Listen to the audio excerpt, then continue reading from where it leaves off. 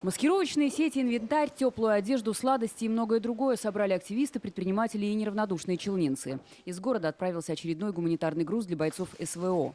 Для создания предновогоднего настроения на каждую коробку наклеили поздравления. В преддверии Нового года получат подарки и бойцы, которые находятся в госпитале, а также медперсонал. Не оставят без внимания воспитанников детских домов. Это приготовлено для ребят, для нескольких подразделений, в том числе включая госпиталь, детский дом. И туда у нас идут подарки. Маленькую машину сегодня грузим.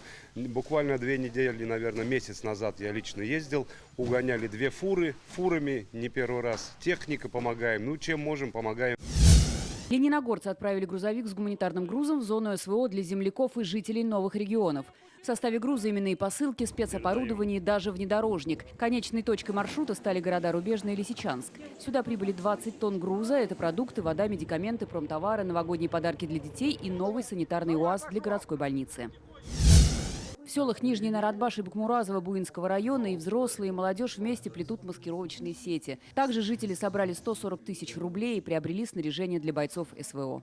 Мы после уроков или на уроках технологии собираемся вместе и с нашим коллективом, так скажем, вяжем эту сеть.